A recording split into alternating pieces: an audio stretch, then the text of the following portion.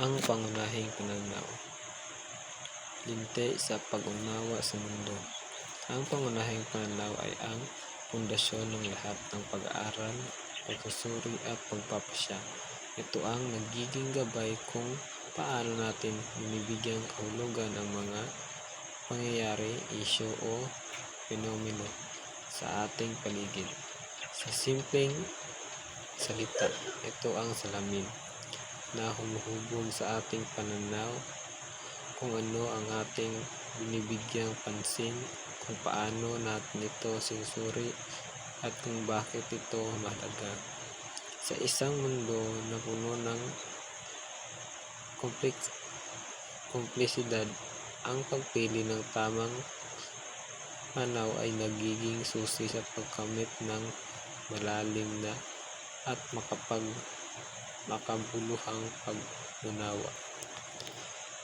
Kahulugan at kalikasan ng pangunahing pananaw.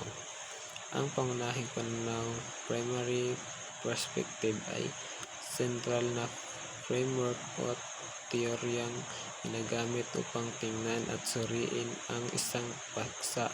Halimbawa, ang pag-aaral ng kahirapan ay maaaring gamitin ng ekonomikong pananaw tulad ng kita at trabaho, o socio-cultural na pananaw tulad ng discrimination o kultura ng pagtitiis.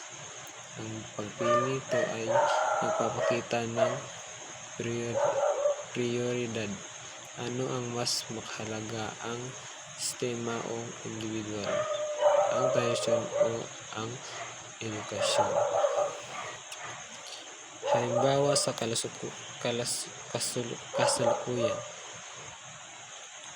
Sa usapin ng climate change, ang isang environmentalistang pananaw ay magtutuon sa epekto ng populasyon sa kalikasan, samantalang ang ekonomikong pananaw ay magtatanong kung paano makaapekto ang renewable energy sa gastos o kuryente.